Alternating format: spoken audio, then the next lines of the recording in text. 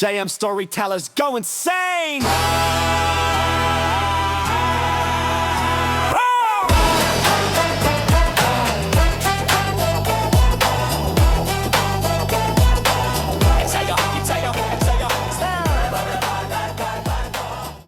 What up, y'all? It's your boy John Madison, and I'm back with the JM Storytellers Workshop podcast. Today, we have Brandon Gross, artist or creator, repping York, Pennsylvania. Brandon's journey is all about creativity and fearless evolution. He started with graffiti and raw expression to the streets. From there, he expanded into tattooing, but his passion for visual storytelling didn't stop there. Brandon paints, he experiments with new mediums. He's even moved on to 3D printing, taking his art into futuristic territories. What sets Brandon apart is his ability to merge street culture with innovation, blending hands-on craftsmanship with digital tools. An artist that just doesn't follow trends, creates his own tone, constantly pushing what's possible in a world of independent artistry. Today we get to hear his story, his inspiration, the vision that fuels his work. Welcome to the show, Brandon. What up, my boy? How you doing? I'm all right. How you? Good. It's good to see you. Yeah, you too, man. All right. Yeah, you look like you creating over there. Oh man, I'm creating sweat right now, man. I had the air conditioner on for like 3 days, and it warmed back up, man. Right. I didn't want to have the fan on while I was talking to you. I got you. So I'm gonna start it off today with because I wrote down these questions. These some good questions. You know what I mean? So I'm gonna start off with number one. What was your very first love? Painting, tattoos, or graffiti? And how did it evolve into what you're doing today? Well, I think everything starts from hip hop, man. Everything starts from hip hop.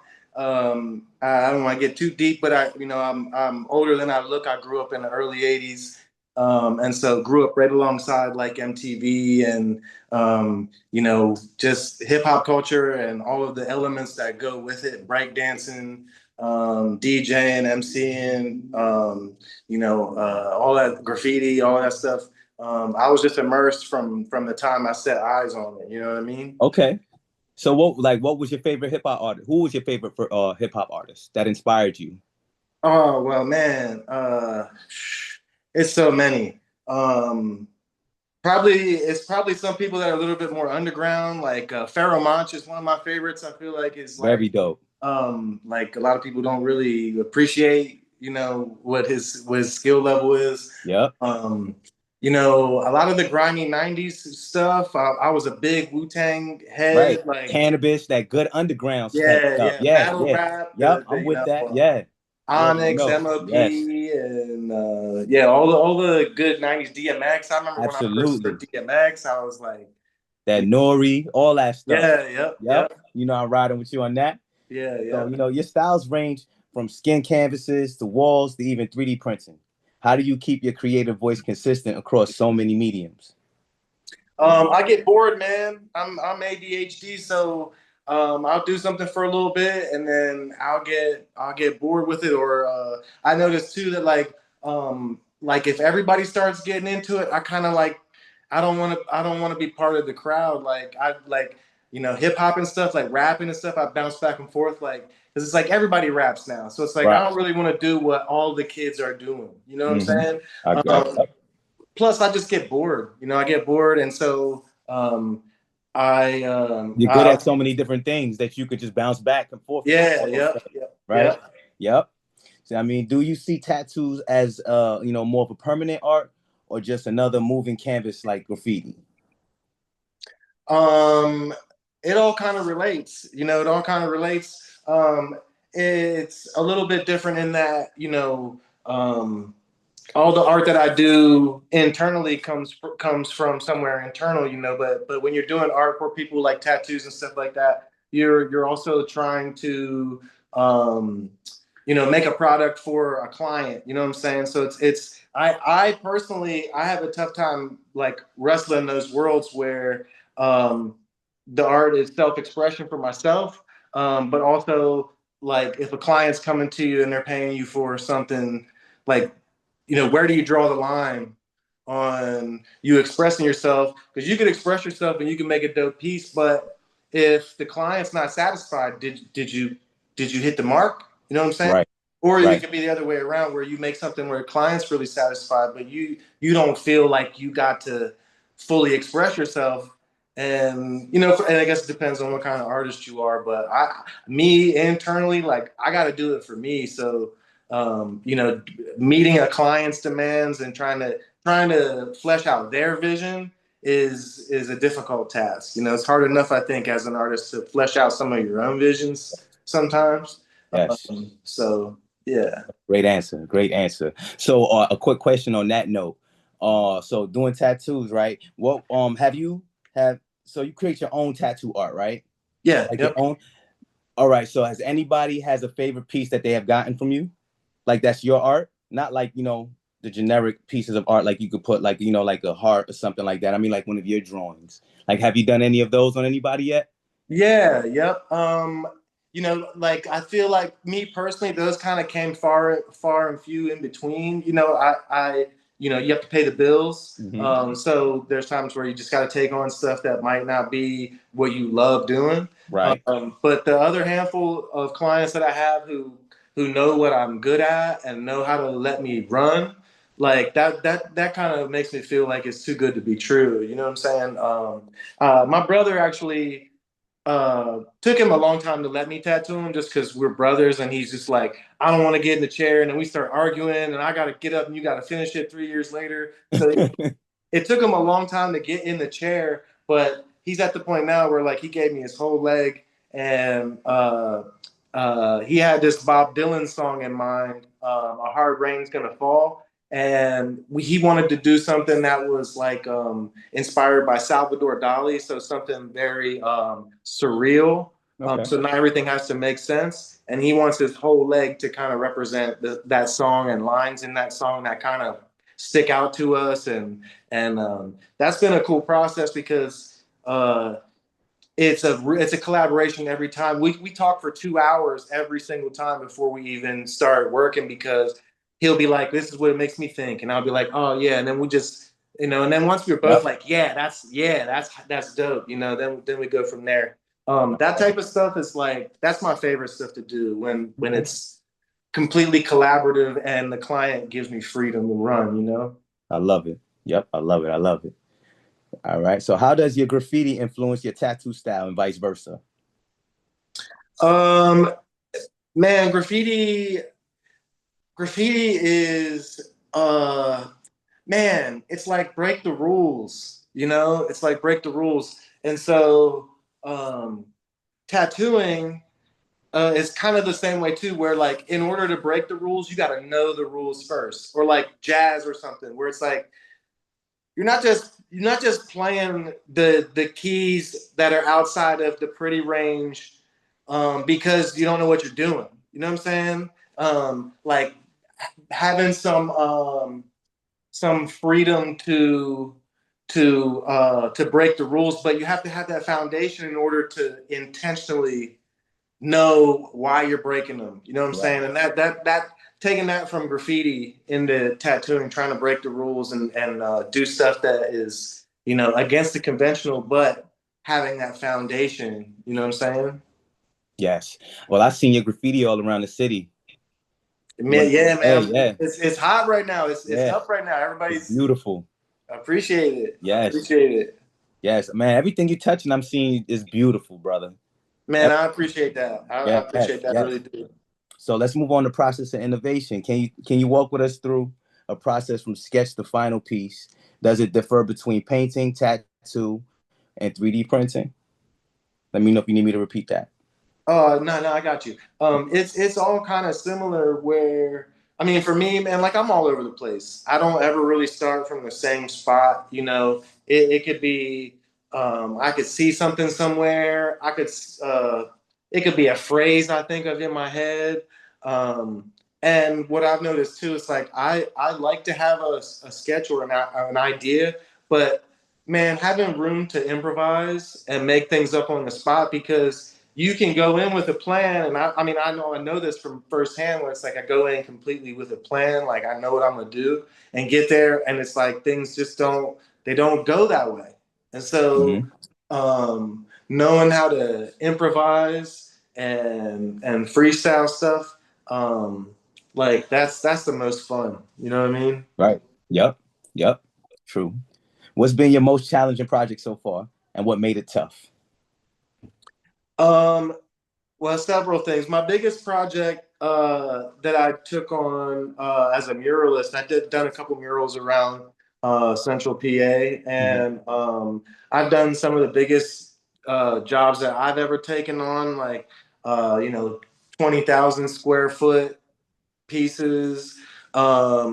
The physicality of it I say that must be is challenging. it's challenging, to see the scale of some of this stuff. And then, a spray can is a spray can. It only covers, so much. So it's challenging to figure out even how to execute it. How do you get the sketch on the wall? How do you figure out how much paint to take with Magic. you? You guys are It's just magic. To me, but that's magic. man, that's what people see. They see the magic at the end, but They don't see that. I sometimes wish people could see. Actually, I put an Instagram post where it's like I was peeling the tape off a wall, and you just think all the tape's gonna come off the wall like nice and clean, and I'm in there cursing and throwing stuff because it's like this is the stuff that people don't, Right. Everything that you see that looks magic, it comes with real hard work, Yes, absolutely. I'm Yeah. happy that you said that. Yes, yes, sir. Can I expand on that real quick? Yes, absolute. Please. Okay, so this is something that I brought up to someone, and they found this interesting because they had never heard this, right? So I had brought up how it kind of rubs me the wrong way sometimes when people are just like, "Oh, you're so talented," because like I don't know how much talent is worth, because I didn't pop out of my mom with a spray can.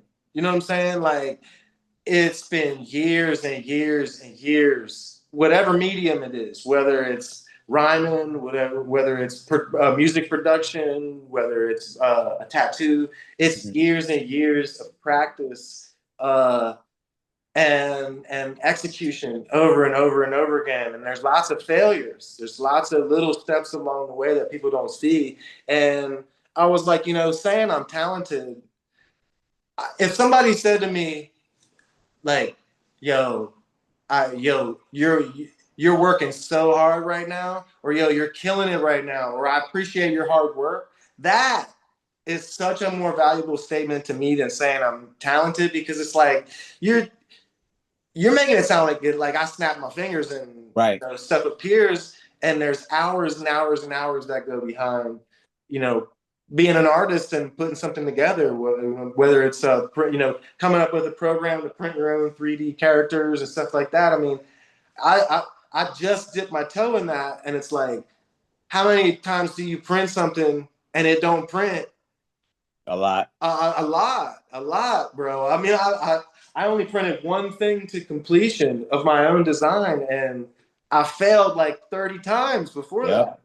So that's what I think people don't appreciate is the actual hard work. It's not That magic. the journey in between. Yep. I feel that, my brother. Yes, sir. Do you think technology like 3D printing or digital tools will eventually merge with traditional tattooing and graffiti?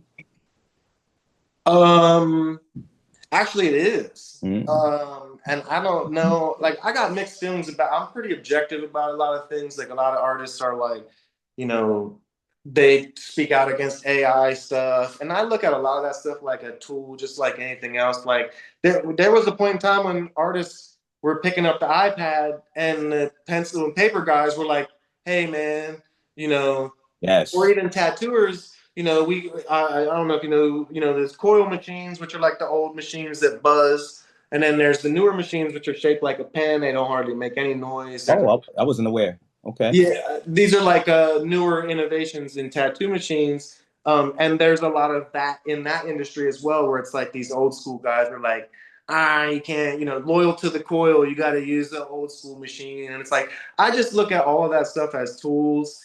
I mean, we're not chiseling stuff out of stone anymore, right?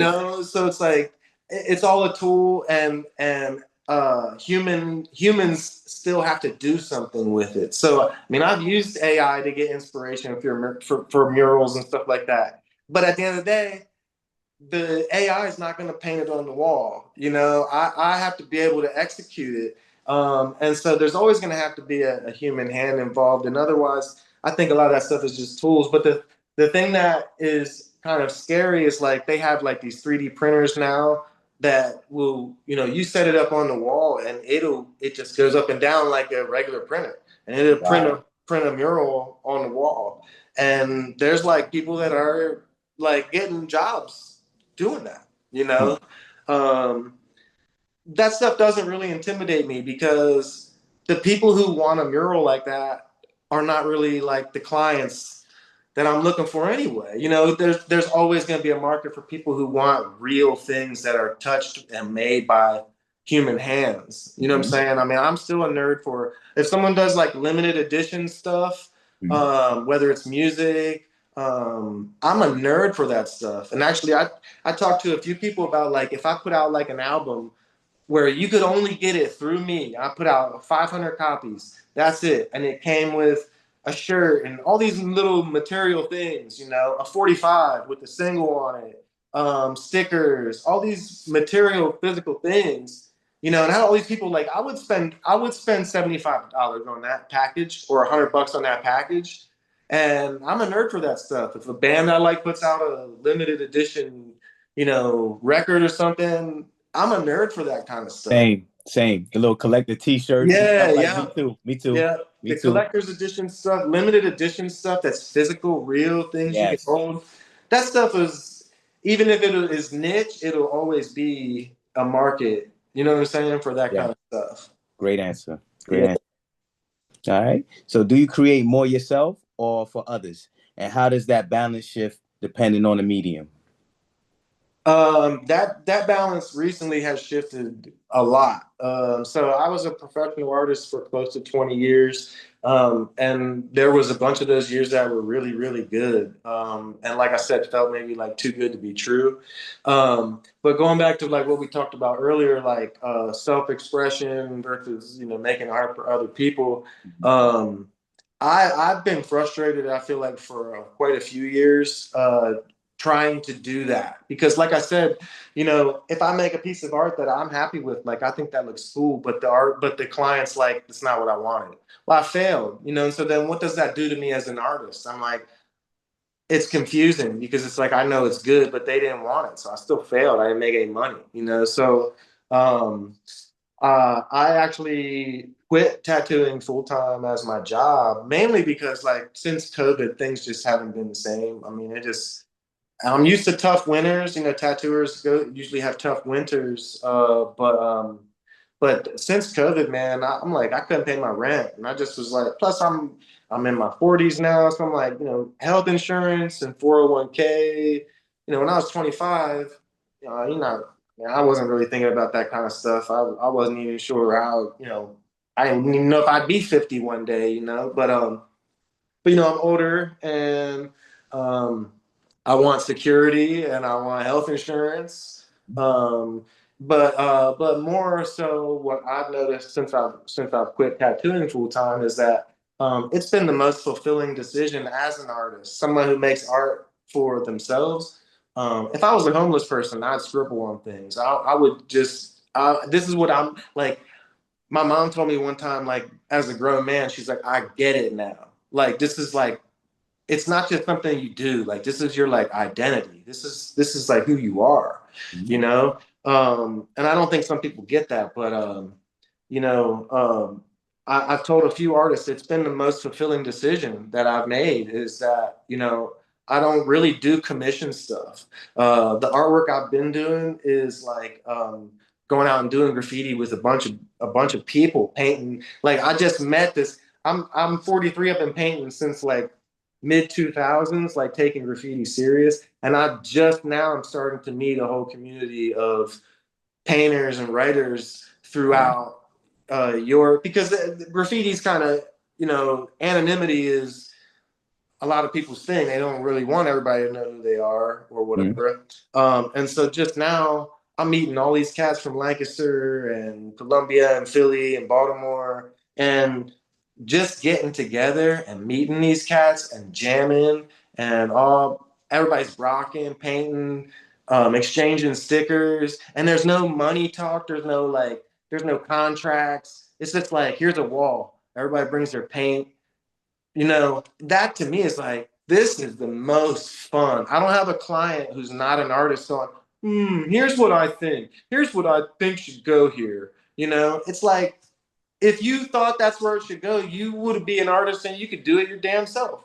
You know, so uh, for me personally, getting back to making art, why I started making art in the first place, which is like to get stuff out, exercise things, and it's almost like meditation while I'm painting or something.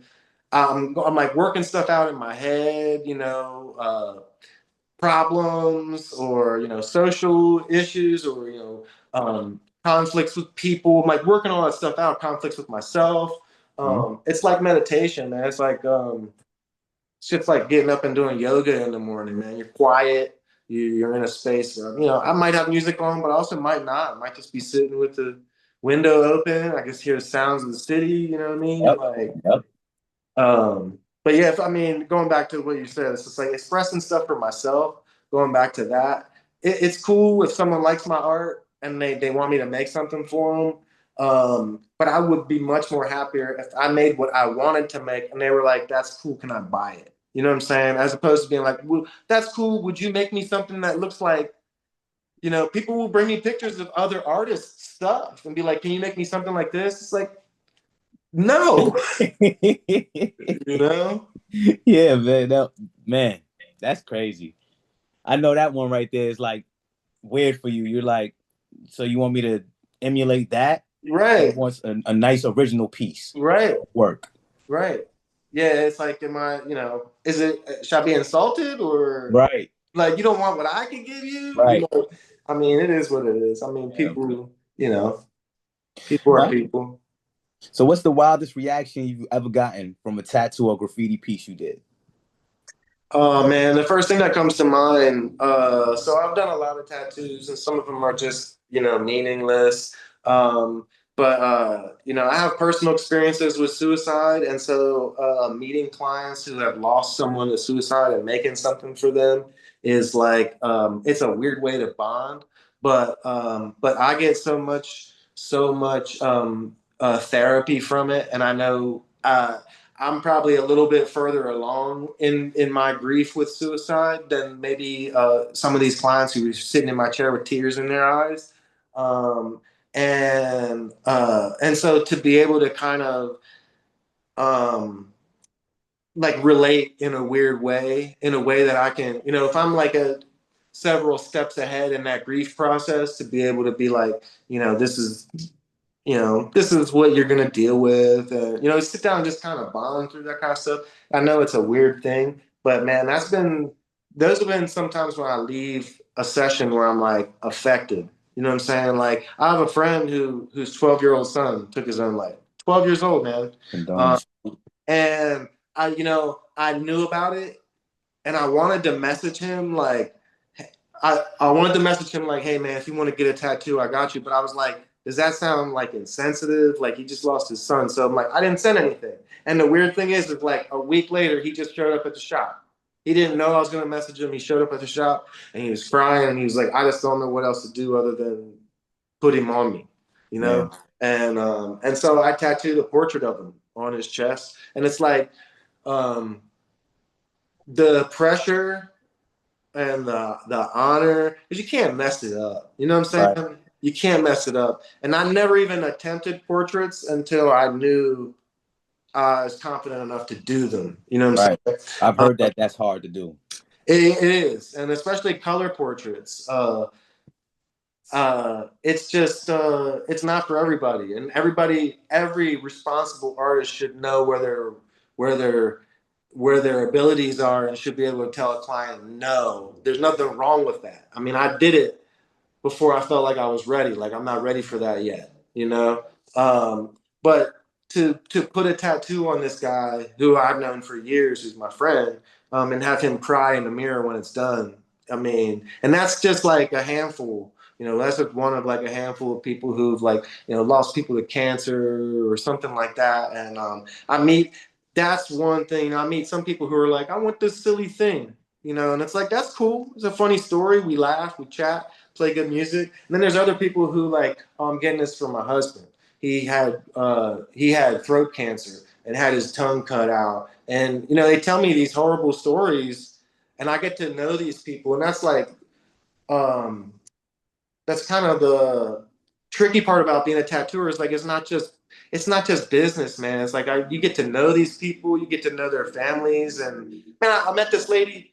I met this lady who was from Virginia. She had started getting a tattoo from my boss, and my boss's schedule was so busy he couldn't get her in before her next chemo treatment, and she had been battling cancer for 12 years. So they spoke amongst themselves and said maybe B gross would be an option to finish your tattoo, which I was just like, whoa. I mean, first of all, my boss is very talented, so the fact that he would ask me to finish his work is one thing, but she had agreed to it, you know, and she got this tattoo, and it's off a bouquet of flowers, and each flower represents a person who's important in her family. And over the course of finishing her tattoo, like I got to know this woman really well, and this was well into her cancer journey, and um, this woman. I mean, you meet some people in your life who are like just like one of a kind, you know, like uh she would just like send me messages saying she was praying for me, and like I barely knew this woman, you know, and she lived in Virginia, had a whole family and a whole community of people. But I would just get random messages. Hey, I'm praying for you. You're a good father, like things like that. And I'm like, here's a woman who's suffering. She's suffering physically, mentally, and she's got her own community, but she takes a minute out of her day, you know, and then would come up. She would drive up from Virginia. She would spend all day with us. She would eat with us, and she would, you know, and then I got to charge her money. And I can't treat her special. I can't be like, well, you got cancer, so Right. don't pay me the rate, you know. But I still am like, this is a good person. I'm not trying to just tax her, you know. But she would always come back and be like, put more money in my pocket. And I'm like, she's like, don't tell Jack, you know, her husband Jack, don't tell Jack, I'll put that in there. And I'm like, why are you know what? I said, you could spend your money on anything. Why are you giving me your money? She goes, I just want to die pretty. Oh. Wow, bro. Well, I mean, I shed tears with her, bro. Yeah. I don't generally take pictures with my clients, but we took a picture, and she's no longer alive. But you Rest know, in peace. but yeah, man. I barely knew this woman. I felt like she loved me Yes. unconditionally. She's like Yes. a mother, you know what I'm saying? And so stuff Yes. like that is just like this bigger than tattoos sometimes. Right. You know, there's this heavy stuff sometimes. That's a beautiful answer, man. Such a Yeah, beautiful answer. yeah, man. Yes. Yes. So, where do you see B Gross in 5 years? More galleries, tattoo shops, murals, or even 3D printed sculptures? Where do you see yourself? Oh man. Well, I'm staying away from the corporate side. I don't really want to make art for people. I don't want to work um, in a shop or stuff like that. I really am happy, like at least right now, like working a normal gig. I feel like Clark Kent right now. You know what I'm saying? I just go. Nobody at my job really even knows what I do, and I mean, kind of like how you and I met. You know, I'm kind of Yes. introvert, so I feel like if I wouldn't have seen what you were doing, it I'm the might same not way, brother. it might not have I'm the never came same up. way. Yes. You know what I'm saying? But then I saw what you were doing. I'm like, oh snap, you. And then you know we started rapping or whatever. But Yeah. man, I don't know, man. I'm always gonna bounce back and forth between a few things, which is graffiti, which right now I feel like I'm on fire. There's a bunch of cats I'm hanging with that are on fire, and all of us are. It goes kind of in waves. Everybody's hyped up right now to paint. That feels really good. Um, I'm always gonna produce music. I'm always gonna fall back on that. That's probably like when I realized I was not gonna be tall enough or good enough to play basketball. I was like, I can rhyme and I can make beats, Definitely can. uh, Definitely. Yes. and that you can too, sir. Thank you. Yeah, man. In fact, that's part of the reason I don't really tell cats I rhyme because I don't want them to be like, oh, I rap too, and then you gotta listen to them and they're whack. But you started sending me stuff. I'm like, yo, Yeah, yeah, I yeah. ain't we doing something. Yeah. But Yeah, man, I'm always gonna be producing tracks or producing music. Just and even that, like I don't, I like to do boom bap grimy stuff, but I also, man, it just depends on what I feel. I love experimenting. I love I just whatever I feel that day, and that's that the freedom of being an artist. That's what I want forever. I want to wake up. You know, if I got to go to work, I got to go to work. But in my free time, if it's like, I feel like making a sculpture, I feel like, printing something on, on the 3D printer or, painting or even, my lady's not going to let me stop tattooing. I can't put it down, and I still work on, on projects and stuff. But I want total control. I don't, I don't want people above me anymore telling me how to make my art. You know what I'm saying? Yes. Yes. I absolutely agree with that. If you could collaborate with any artist, tattooist, painter, graffiti legend, or even a tech innovator, who would it be and why? Oh, wow, man. That's a good one. Phew. Man. Well, man, let me think of a few different people. Like, I mean, Rakim to me is the GOAT. Like, Rakim is the GOAT. Even if I wouldn't even have to work with him. If he just heard a verse and was like, you got it. Then I'll be like, all right, I'm good. I'm good. Right, right. Um, uh, man, I think about people outside of the box. I remember when I first got on, I'm not on Twitter anymore, but years ago when I first got on Twitter, I don't know if you know who Joan Baez is, but I was drunk one night and I sent her a message. I need to work with you. She's a folk singer from the '60s, and I found these records. My grandmother is a great source of music for me, and there was always records in the house of all types of stuff. And but she had this record I found called "Blessed Are" by this woman named Joan Baez, and I listened to these songs and I cried. I cried. First of all, her voice is so beautiful, and everything like folk music of that time is like it's so stripped down. You can't hide behind auto tune. Mhm. There's no punch in. It's you get it in this take. You know what I'm saying? And this girl wrote these songs at like 18, 19 years old. And the songwriting, her voice, it's incredible, And for instance, she got this song called "The Three Horses," and each horse like the first horse represents the past, second one represents the present, and the third one represents the future.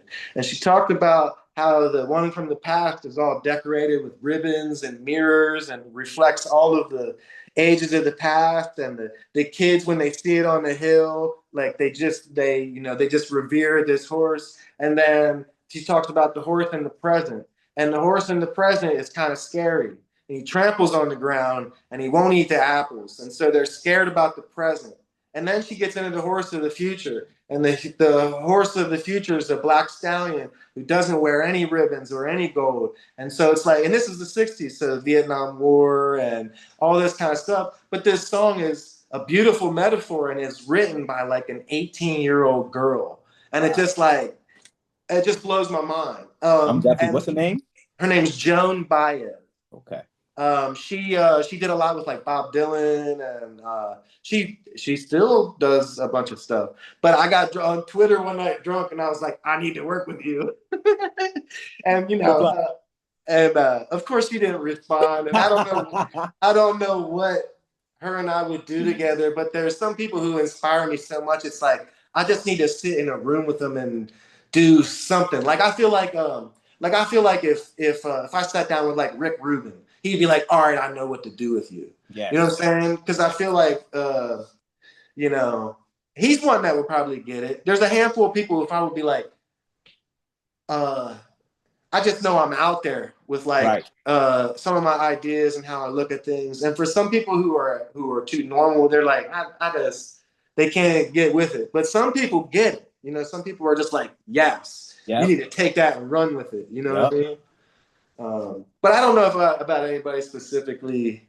And then too, I think, and I'll wrap it up. But I thought this too when I have this my mentor who I rhymed with. We met this guy who moved into our neighborhood from Brooklyn, and he was so dope. His name's Mickey Knotts. He probably still is dope, but he's retired and I'm nicer than him. I just want to put that on record. But uh, um, we met this guy and like he could have just like told us we were whack and shut us down, but he saw something and he gave me some advice and was just like just kind of changed how I kind of look at how I kind of make music and stuff and my style and all that kind of stuff. And uh man, shit, I don't know where I was going with this. I lost my thought. I was hoping that wouldn't happen. Good, you good, my brother? But yeah, what was your question? What did you originally ask me? Well, I do have another question. I got one more question for you. Okay. Right? Got you. Is there a piece that you've made that feels like it defines who you are as an artist? I feel like as soon as you would find one, I'll flip it. I don't want to be put in a box or pigeonholed or anything like that. I had a record deal when I was in my early 20s, and I was really worried that the people in the label were going to try and make me kind of like Eminem because I had blonde hair and I'm a little bit pale skinned, and so that was, and even before I really got the deal, that was always like and because people would say that just because I was white and I rhymed, people would be like, "Oh, you're gonna be the next Eminem," and so forever I've been like, I will not be like anybody else. You're gonna have to go at Eminem head. You're gonna have to crush him. Hey man, I don't know if that's wise. Hey, I got your back. You know what I mean? I got your back, bro. Hey man, hey. We go out together out there, no? Hey man, Magic and Bird. Can't take us both on. Hey, you know what I mean? I'm gonna need some reinforcements. I'm gonna need the reinforcements for sure. Yeah, but yes, sir, man, it's a pleasure speaking to you, my brother. We got to do this again. Yeah, man, I appreciate you sitting down. Yeah. Yo, thank you, man. Have a blessed night. Yes, you too, sir. I appreciate it. And I'll talk to you again real soon. All right. Thank you, Brandon. It was a pleasure having him on the show. And today's book of choice will be The Wishy-Washy Washing Machine.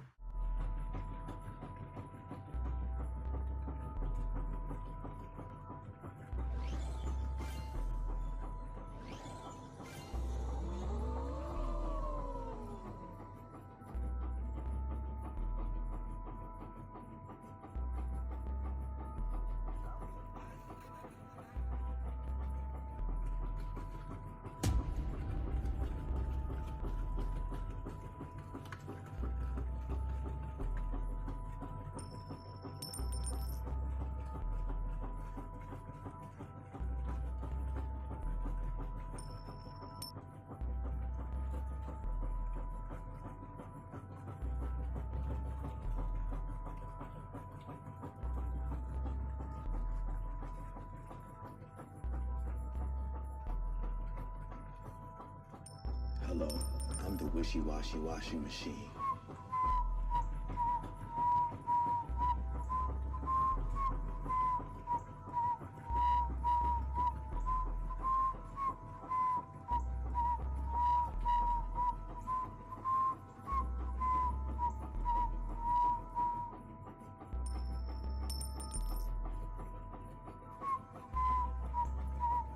In a quiet town, young Sam lived with his older brother, Bryce, who often treated him unkindly.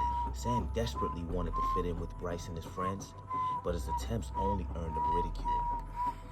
One chilling Halloween, Bryce saw an opportunity to both prank and get rid of Sam. He handed him a laundry bag full of dirty clothes and told him to take it to the notorious haunted laundromat up the road. Sam was scared, but wanted to prove himself, so he set out with his laundry bag, the sinister stories about the haunted washing machine echoing in his mind. As Sam entered the desolate laundromat, he felt an eerie presence. The atmosphere was heavy, and the flickering lights casted eerie shadows. The washing machines were old and rusty, and one in particular looked malevolent. Its door creaked open as Sam approached, and he couldn't help but investigate.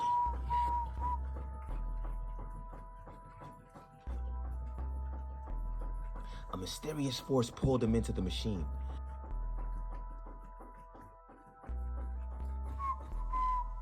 Bryce, watching from a distance, expected his prank to play out, but he had no idea what he had unleashed.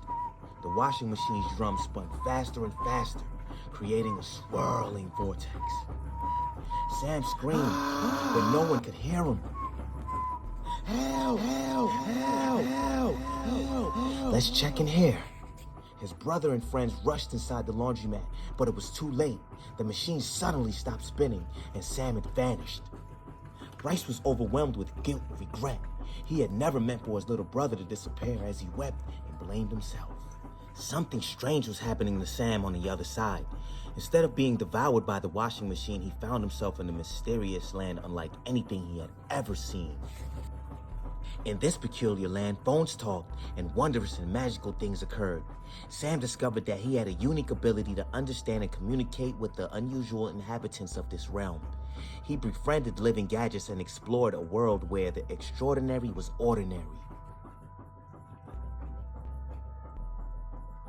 Back in the real world, Bryce couldn't find any trace of Sam.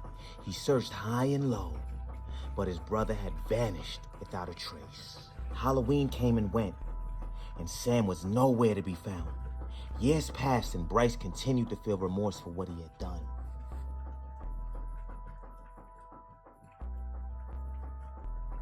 He never forgot about his little brother, and often wished for a chance to make amends.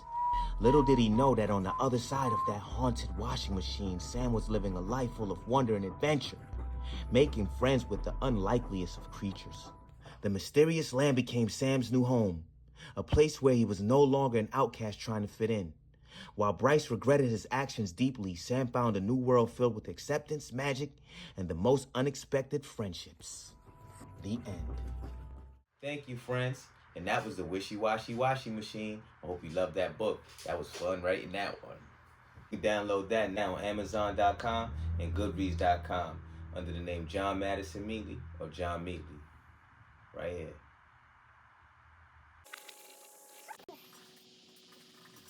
Is this the end of the show? Or shall we keep on going?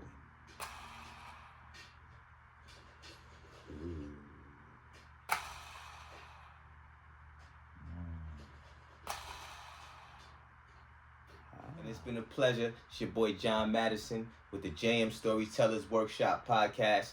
Until next time.